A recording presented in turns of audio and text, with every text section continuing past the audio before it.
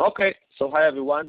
My name is Idan from Tel Aviv team. This is another session of ORAN knowledge transfer.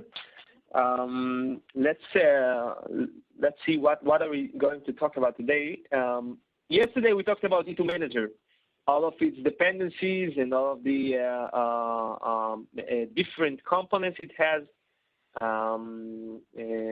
Starting from the managers and the different clients and the unit tests and all of the HTTP server and the RMR infrastructure, the whole providers and notification managers. And we talked a little bit about the database. So the main thing I introduced about the database is that we use Redis. This is the database we use. And it actually is some Keister, but you can call it a database. And the Redis instance is wrapped by an external library, which is called SDL. So let's first talk about SDL. SDL is, you can see it here, external libraries. Let's go for Go modules, and let's go for SDL Go. It should be here. Just a second.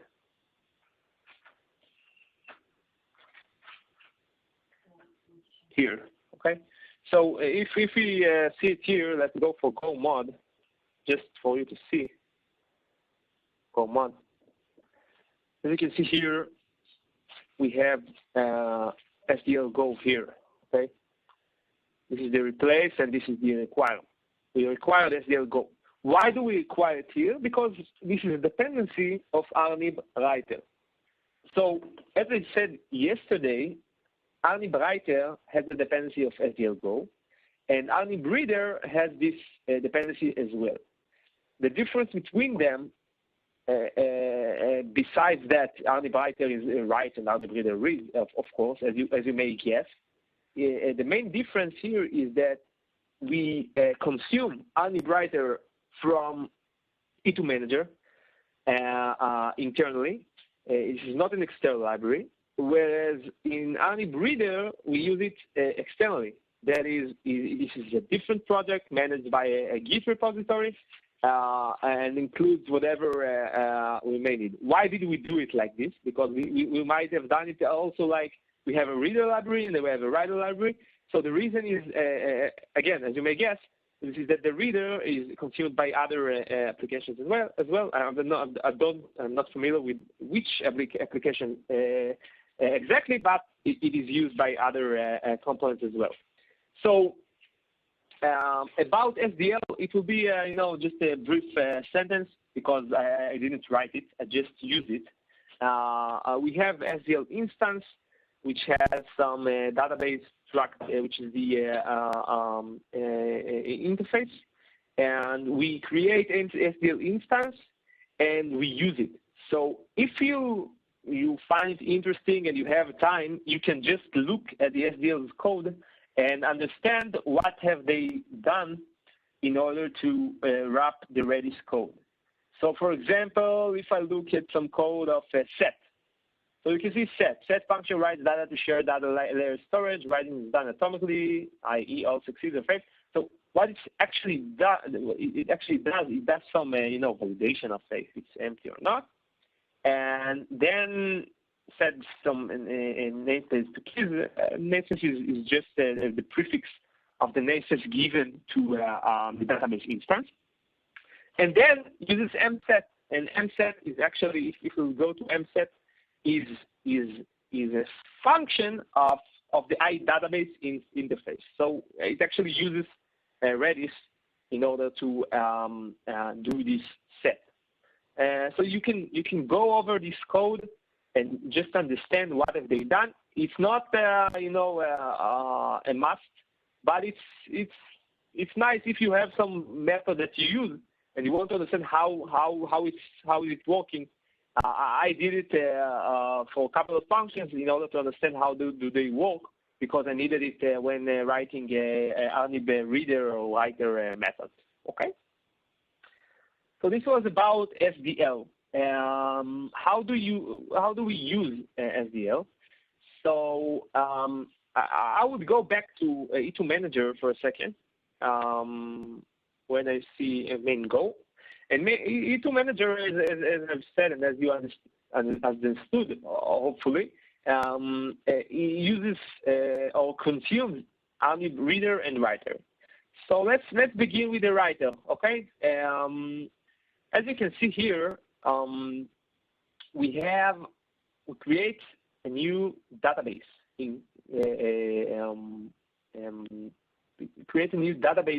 instance, and then we give this instance, we inject it to an SDL instance. This SDL instance, first we do, defer SDL close, because we want to, and at the end of this function, we want to close resources. It's just the best practice of Go. And later, we instantiate two instances, as you may guess. It's pretty straightforward, because we have R-NIB reader and we have R-NIB writer. So this is the instantiation of R-NIB reader, and this is the instantiation of R-NIB writer. Both uses SDL. So again, pure dependency injection. This one needs this one, we inject it, and then both of them gets injected into the R-NIB data service. So before I go to R-NIB writer and R-NIB readers, which is the main, major part of this lecture, let's just give a little bit, a little reminder about the R-NIB data service. The R-NIB data service is just a wrapper.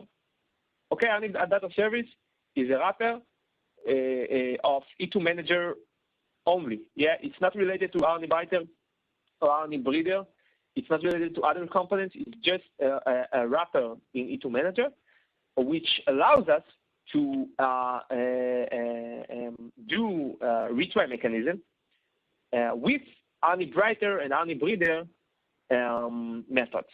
Okay, so it's just, we have this retry method. You can look at it. Okay, we have some configurable retry attempts we have, and then we go and we retry and retry and retry until we don't have any more retries to do. So when we get the result, we just return it. So actually, this layer essence is just, let's wrap R-NIB reader and R-NIB writer. Let's give it retry mechanism, and whoever needs to go to the database, just use me. Don't use R-NIB reader. Don't use R-NIB writer. Use me. You inject me, you use me. Okay? These are the methods. We have lots of methods here. Some of them are of R-NIB reader, and some of them are of R-NIB writer. Okay? Okay, so as I said earlier, R-NIB writer is internal here. It is used by E2 Manager and is not consumed as an external library. This can be proved if we look in a Go mod. So in Go mod, we consume SDL Go because it is a dependency of the R-NIB writer, which is used internally. But we also consume these three packages, which are common, entities, and reader. All of these are in Node-B R-NIB project, which we will see later. So the reader and the entities and the common, all of them are packages which sits in Node-B R-NIB. So R-NIB writer uses common and entities, and R-NIB reader uses common and entities. So these three are mutual, and this is why they are in a different project, an external project, which we use when we consume it. So about R-NIB writer. So we'll start with R-NIB writer, and then we will see what are the uses of common and entities, and then we'll go to see R-NIB reader. Okay. So until now, we understood that we use R-NIB reader and R-NIB writer. We can use it in A2 Manager. We use it in R-NIB data service. If it was another application, it would have took R-NIB reader and just use it, as we see here. Let's see main go. It would have instantiated R-NIB reader and instantiated an SDL instance, and then give this to whoever needs it, and it will use it. Okay. So let's go for R-NIB writer. Okay, R-NIB writer. Okay, just like this. Okay. So about R-NIB writer. R-NIB writer has some cons, and these cons related to some cons we use as part of our business logic. We'll see it later. And it has instance. So this instance is the R-NIB writer instance. This is the instance that is being instantiated. So if we have some new, let's see here. As you can guess, we'll have some new R-NIB. Let's search for it here. We have get. So we have get R-NIB writer. Let's search for it here. Get R-NIB writer. So we can see here that it returns a reference to R-NIB writer. It just instantiates it. Actually, a better name for it would be new R-NIB writer, because it says essentially some constructor. Okay, so we have this R-NIB writer. We keep an SDL instance, and R-NIB writer config. We pass it. Why do we need the R-NIB writer config? Because we have some configurations. You may find this configuration we talked about yesterday in the configuration YAML. So we have some sections for R-NIB writer, and this section just tells us which channels do we have. This is configured. We have a channel of state change message, and we have a channel of random manipulation message. That is, whenever we want to inform about the connection status change, we set and publish this channel. Whenever we want to inform about random manipulation, we set and publish this channel. Okay, we'll get to it later a bit, but just for you to know. So again, we have R-NIB writer, and we have this interface. So as you probably understand as for now, we have these methods. So we have save node B, update node B, info and publish. We have update GNB cells. We have save general configuration, remove ENB, add ENB identity, remove ENB identity, add ENB. So most of these functions we see, or part of these functions actually we've seen it yesterday, because we called some handler, and this handler has some business logic it needs to do, and as part of this business logic, it called R-NIB data service, which calls R-NIB writer, which calls this method. Remember that we had some add ENB, so this is the add ENB. Remember that we talked about update node B info. So here is our now update node B info.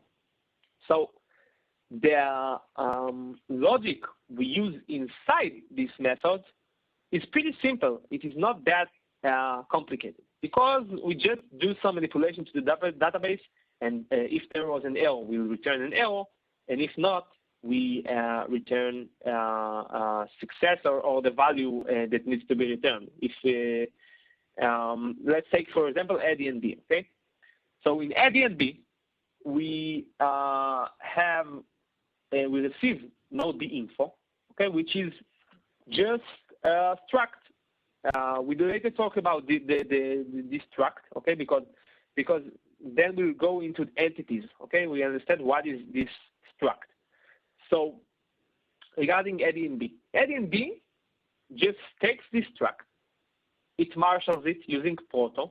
Proto is just when we do proto marshal, we're serializing the node info struct into a protobuf. This will be stored as byte in Redis. Okay, so you don't actually need to understand how it does it.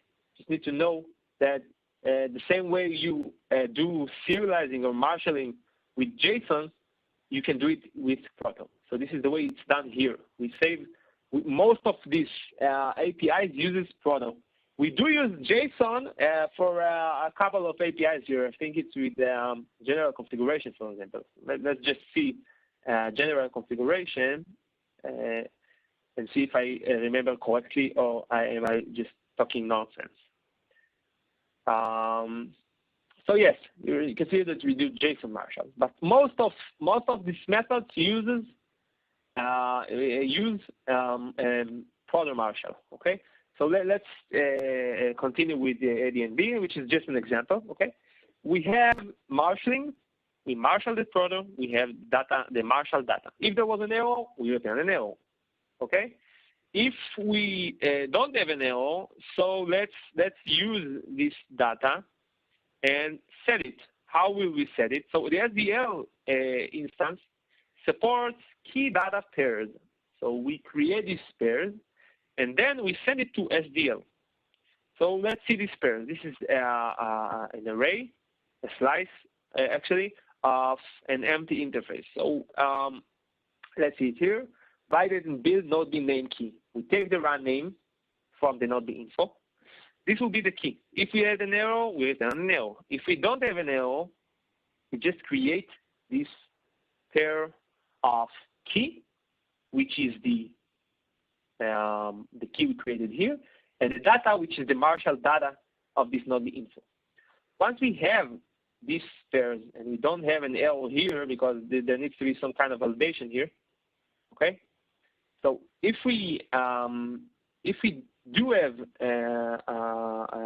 these pairs here, you can see here that if it's nil, if it's not nil, then we add this as well. Okay, this data as well, and we have two pairs, for example. So as for now, we take this pair and again append some R-NIB cells to it. So we do again some kind of logic here. We iterate cells and we edit. Okay, we create the cell, we marshal it, we build the key, we append it, we build the key for the PCI key and append it because R-NIB just puts couple of keys and data. Okay, it puts keys for the cells, it puts keys for the node info. So this is why you see that we just append to the pairs. We send it and we append to the pairs. And eventually, these pairs will be a slice of key data pairs where each key and data pairs refers to all of the entities we want to save as key values in the Redis instance. So, for example, for R-NIB, we have a key data for node name. We have a key data for node ID. We have a key data pair for PCI. PCI key, and we have a key data pair for cell ID key. Those are just different pairs that we save in the database for the same flow of R-NIB. So once we have these pairs, we can save them.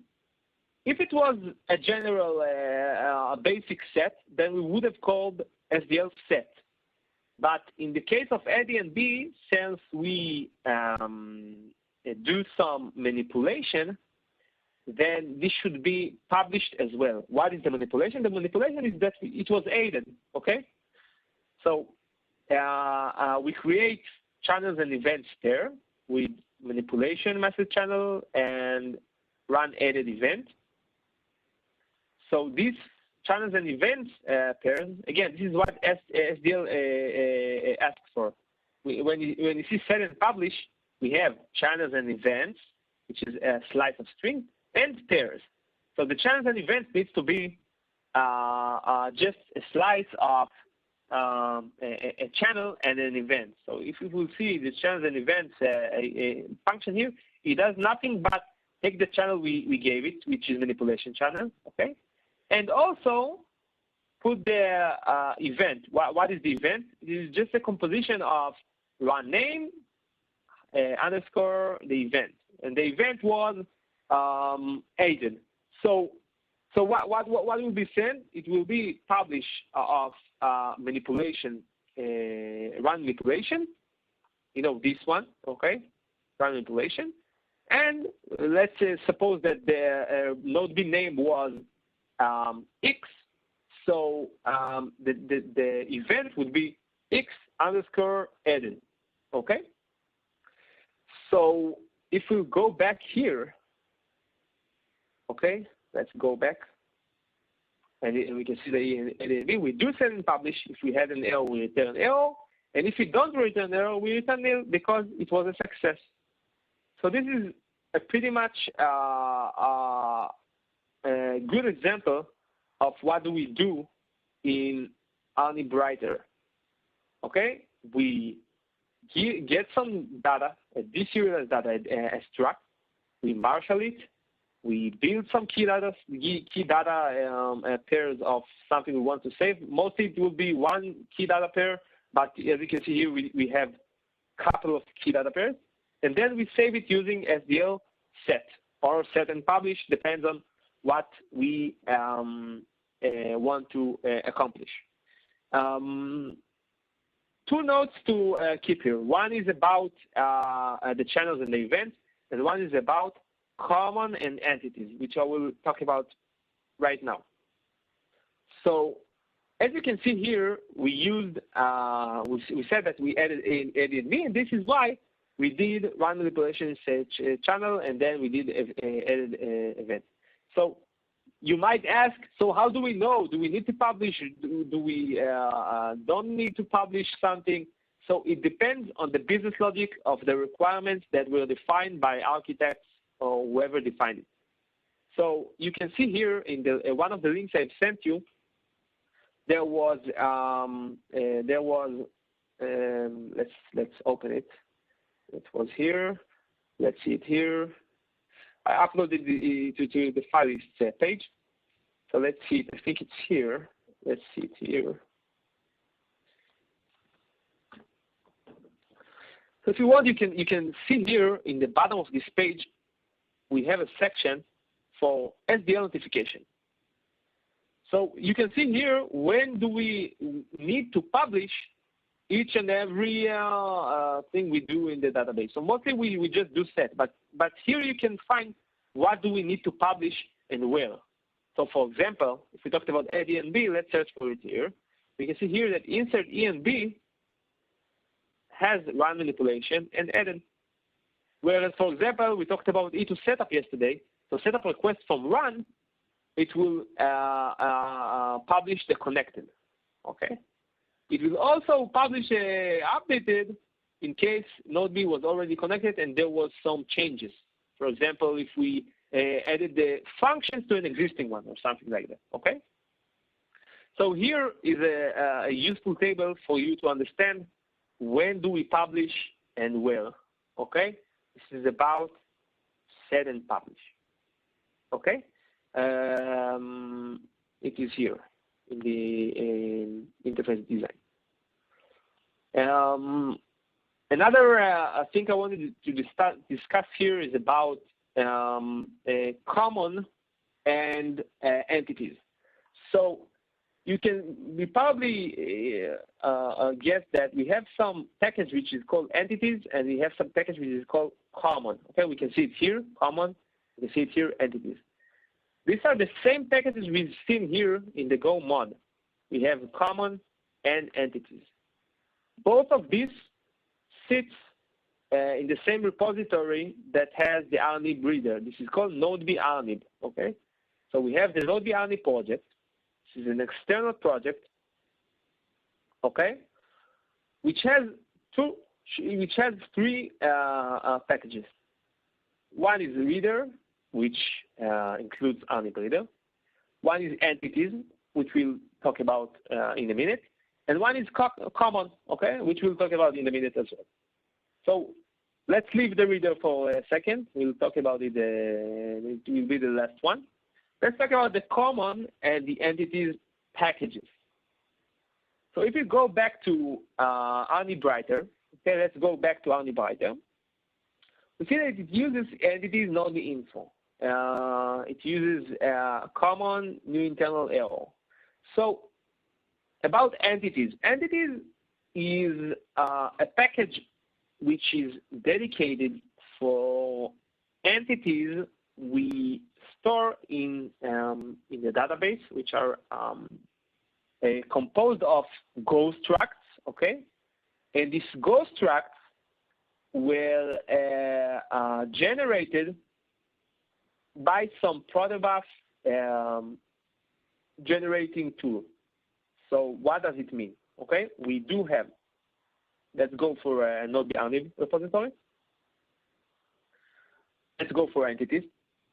So all of the information, all of the entities, the models, which are not related to E2 Manager, which are related to the application business logic of GND, END, sales, and the identity, not the info. All of the data that is stored in the database, all the data which is stored in the database are here. And how do we create it? We create a protobuf file, okay? These ones are created and probably won't be a change, or there will be some minor changes, okay? So or you have some proto files that you will need to add here, or you'll just change some existing proto files. So for example, if we'll take, I don't know, let's take not the info, which you've seen earlier. Not the info proto, okay? It's just a proto file. Okay, this is a protocol. You can read it. You read about it in Google documents. This is the protocol of Google. Okay, and it has some message, and this message has properties. It can be string, uint, 32, and also it could be another messages. So, for example, E2 application protocol, which can be enums or other messages. So, about this protocol, you can read about it. You can understand how to write messages like this. What's the important stuff of these proto files is that we use some protobuf tool in order to create ghost tracts from this proto file, so that whoever uses this entities package uses this tbgo file. These tbgo files weren't created by me or by other developers, okay? This wasn't created by me or by other developers. This was generated just by seeing, okay, you have some proto files, you build a message the way we should build this message using a protocol of protobuf, sorry. So you need to generate these tbgo files. These tbgo files just include ghost tracts. These are the same ghost tracts, yeah, the same ghost tracts we use in E2 Manager and in R-NIB writer and R-NIB reader in order to do some manipulation in this tract and build this struct and put some values in it and then save it in the database. Okay? So again, just to make it clear, we write proto files, okay? We build these proto files according to the requirements, the architect's requirements, and then we generate tbgo files. When we generate tbgo files, we have ghost tracts. These tracts will be passed to whoever needs it. So for example, if we go to R-NIB writer, this node info is just a struct coming from entities. It was a protobuf, and it was we generated a ghost tract from it. This one allows us to marshal it and save it to the database. So as you may guess, for example, in R-NIB reader, if you go to see R-NIB reader code, let's see R-NIB reader's code, and let's see, for example, get node B. So we'll do the opposite operation here. will get the key and unmarshal it. So we'll return the unmarshaled node B info. We had it marshaled inside the database. We had it serialized as a protobuf structure. And now we unmarshal it and we return this struct. Yeah, this is the opposite, the mirror picture of the last thing we talked about. So how do we do this generating? It's simple because you have this page I sent you. Let's go here. We have useful information page. And in the useful information page, just search for proto, okay, protobuf. So you need to install a couple of things. You have proto C compiler installation, wget, just tar and unzip it, configure, make, whatever. This is very easy to do. It will take a couple of minutes or hours. And then how do you generate PBGo from the files? Here, this is the way you do it. You just go get this package, which is called proto-c-gen-go, and then just execute this command, which is proto-c --plugin, and then give it the binary file that were installed from here, and then give it the output folder you want, and then give it the proto file you want to generate the PBGo file from. This is it. Very simple. Once you have these PBGo files, you have just the Go struct, and then you push it, and then whoever consumes it needs to get this updated Go struct and work with it. So for example, let's see who consumes it. E2 Manager, let's go to E2 Manager, for example. And let's go to R-NIB handler or something. R-NIB request handler. Don't know why it is open like this, but R-NIB request handler. Okay. So you can see here is that we get some request, and then we validate it, and then we get the ANB type or whatever, and then eventually we create a node B info. What is this node B info? It is an instance of node B info which comes from the entity. We just build a struct. How do we have this struct? Because we just consume this package, the entities package. Once we create it, we can just build it and return the pointer of this struct. Okay? So this was about entities. It's very important. About common. Common is pretty basic. I think it's not that complex. We just keep the errors of R-NIB reader and writer. So let's see it. Common, and then we can see that you have internal error, which is just internal error. Resource not found error, which is this one. Okay. And you have validation error, which is this one. So again, as you may guess, we just have different errors, 3 different errors of this database wrapper, which is called R-NIB reader and writer. And just when we have errors, we just return it. So for example, if you see the example we've seen earlier, let's go for E2 Manager and then for R-NIB writer, for example, and we've seen the R-NIB. So here, if we didn't succeed marshalling, we return internal error. And here, if there was an error of building the node B name key, okay, which is like this, we return validation error, okay? And here, if we, again, here is validation error as well. And here it will be internal error because we didn't succeed setting or publishing this event. So again, pretty simple. You just the common library of node B R-NIB just aggregates the different errors, and also it has some wrapping functionality of building some keys. So it has a wrapper function for building a cell ID key, node B name key, node B ID key, and the different keys. Okay, this is it. So this was about common and about entities. Let's see here.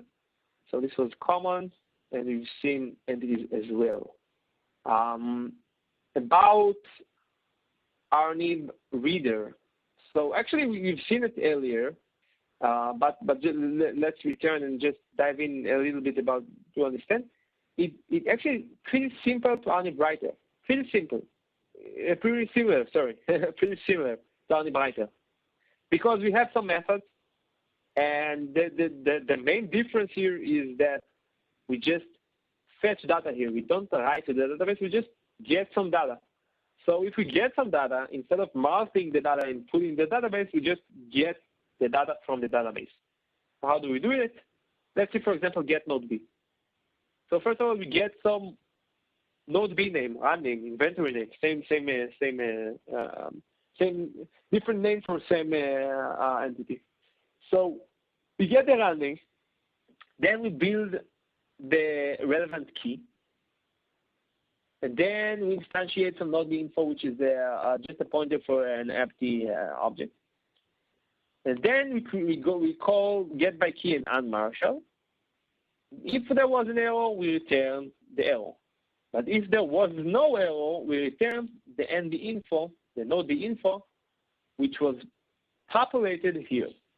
So what is happening with get by key and unmarshal? As you may guess, the same way we call set or set and publish using SDL's library, because we're in the R-NIB reader, we need to call get. What does get receive? It receives a key, actually a slice of keys, but it's a key here. So it's a slice of one key. So it calls get this data. If there was an error, we return the new internal error. If there wasn't any error, then we check to see if the data is not nil, and the data in the key place is not nil, then we unmarshal it. If there was an error, we return it. If there wasn't any error, we return nil. So eventually, we just unmarshal the product into this entity, which is just node B info. Okay. Why is it called entity here and not B info and not node B info? Because this is a generic function. You just take a product message, whoever product message you give me, and just populate it with the key that you gave it to. So again, get from SDL, unmarshal it, and populate the pointer. Okay. Same goes here for different types of methods. We have unmarshal identity list, get list node IDs by type. These are methods that just return. These are just different implementations of things we call in SDL. So for example, we have get mostly, but we have also get members, for example, okay? Which is just when you Redis and SDL has different types of data you save into. It has scalar and it has if it's a scalar, you use get, but if it's like a set, you use get members. Okay, so these are just you can read about it and see what is the right thing to use here. Okay, but again, the main thing to understand is not SDL's library. It's just how do we use R-NIB reader and R-NIB writer. So okay, so this was R-NIB reader. You can read the different methods here. As I said about R-NIB writer, all of these functions are called from the business logic who needs it. For example, get entity instance. We've seen it earlier. We have get entity instance. This is the function it's calling. We have get entity instances. We have get node B. All of these are just called from the places who need it. Okay. One another thing about R-NIB reader and R-NIB writer, of course, those two has unit tests. The same way we do unit tests of other packages, it has unit tests. For example, test get node B. We instantiate a node B info entity, then we marshal it, and then we build some keys. And then we say, okay, when we use some SDL instance mock, on get return me this instance, and then we just do some assertions, see whatever needs to be done. This is just an example. Yeah, we have lots of unit tests. All of these are covered.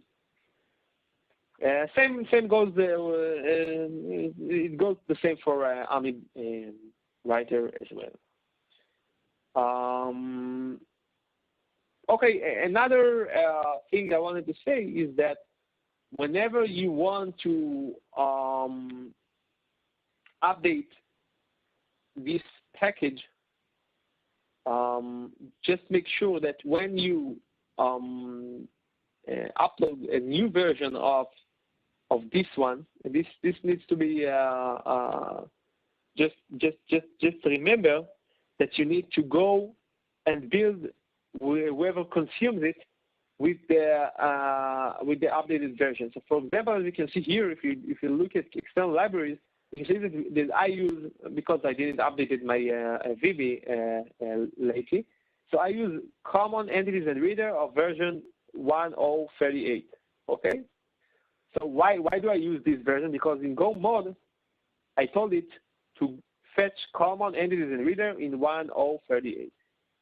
So if you push a new version of R-NIB reader, so for example, if I go and see here, R-NIB reader here, and go to the Go mod of R-NIB reader, for example, I see here that I have 1036. So if I go and pull rebase, I will probably have a version which is newer than 1038 even, okay?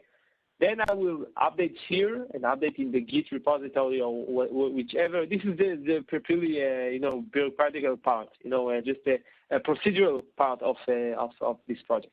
When you update this package to be, for example, 1050, just make sure that you go here to manager and say, okay, I need 1050, 1050, 1050.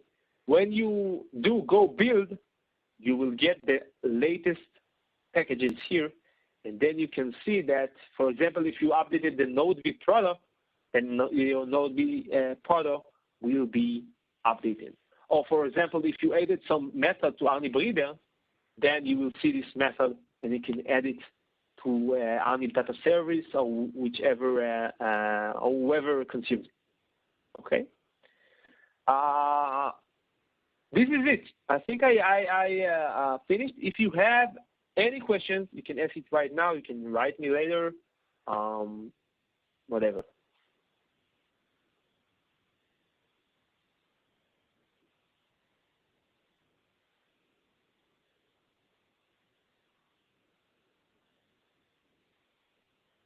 Okay. Did you hear me, right? Just for me to know that I wasn't talking to myself. Yeah, Don, we hear you. Yeah, great. Okay. Okay. So, so I hope it was clear. I hope you understood. I hope I was clear. If you have any questions, feel free to ask. One query, Don. With respect to the configuration, right? I think dbus we bring up as in a cluster mode. Saprit, I can't hear you well. I can't hear you well. You sound okay. Your sound is like Oh, now I can hear you better. Okay. So this SDL, this Redis DB, when we bring up in the cluster mode, how the configuration is fed to E2M. I mean, it's a FQDN, right? And so that part where it will be fed to this R-NIB reader and writer, how it will connect to the DB. Are you asking about how to connect to Redis database, or I didn't understand the question? Yes. This basic. So basically, yeah, I understood. So basically, it will. I guess that Yaki will further explain about the different and DevOps aspects, because there are many things to talk about DevOps here with respect to the Docker and Kubernetes. So just one, I will tell you just 2 sentences that are important. It might help you in order to understand. So if you look at the useful information page I sent, then you can see all of the Docker commands related to, I guess it's not updated. Yeah, you need to adjust to the right version. Okay, but once you pull each and every Docker, you can have a couple of Dockers running together, and then do so. You have simulator and then simulated. One of the Dockers here are the Redis Docker, which is I think DBAS database as a service. This one, okay. Another thing, there was one day that we said, okay, enough working with Dockers. Let's work with Kubernetes. So there is a section here that talks about Kubernetes. So for example, there are some couple of commands here that needs to, for example, get pod, exec, describe. For example, if I do it here, let's see it here. I don't know how much is it updated here, but let's see here. If I do kubectl get pods -n read plt, then I can see that I have some couple of pods running. So this one is the database. So if I do kubectl exec-it, I don't know if I remember it, -n read plt stage. I didn't do it a long time. And then if I do a Redis CLI, and then I will do keys, for example, keys, I think this one. So as you can see here, for example, again, right now it's not, things aren't working, but if you see here that you can see that we have 3 keys. If I do, for example, get,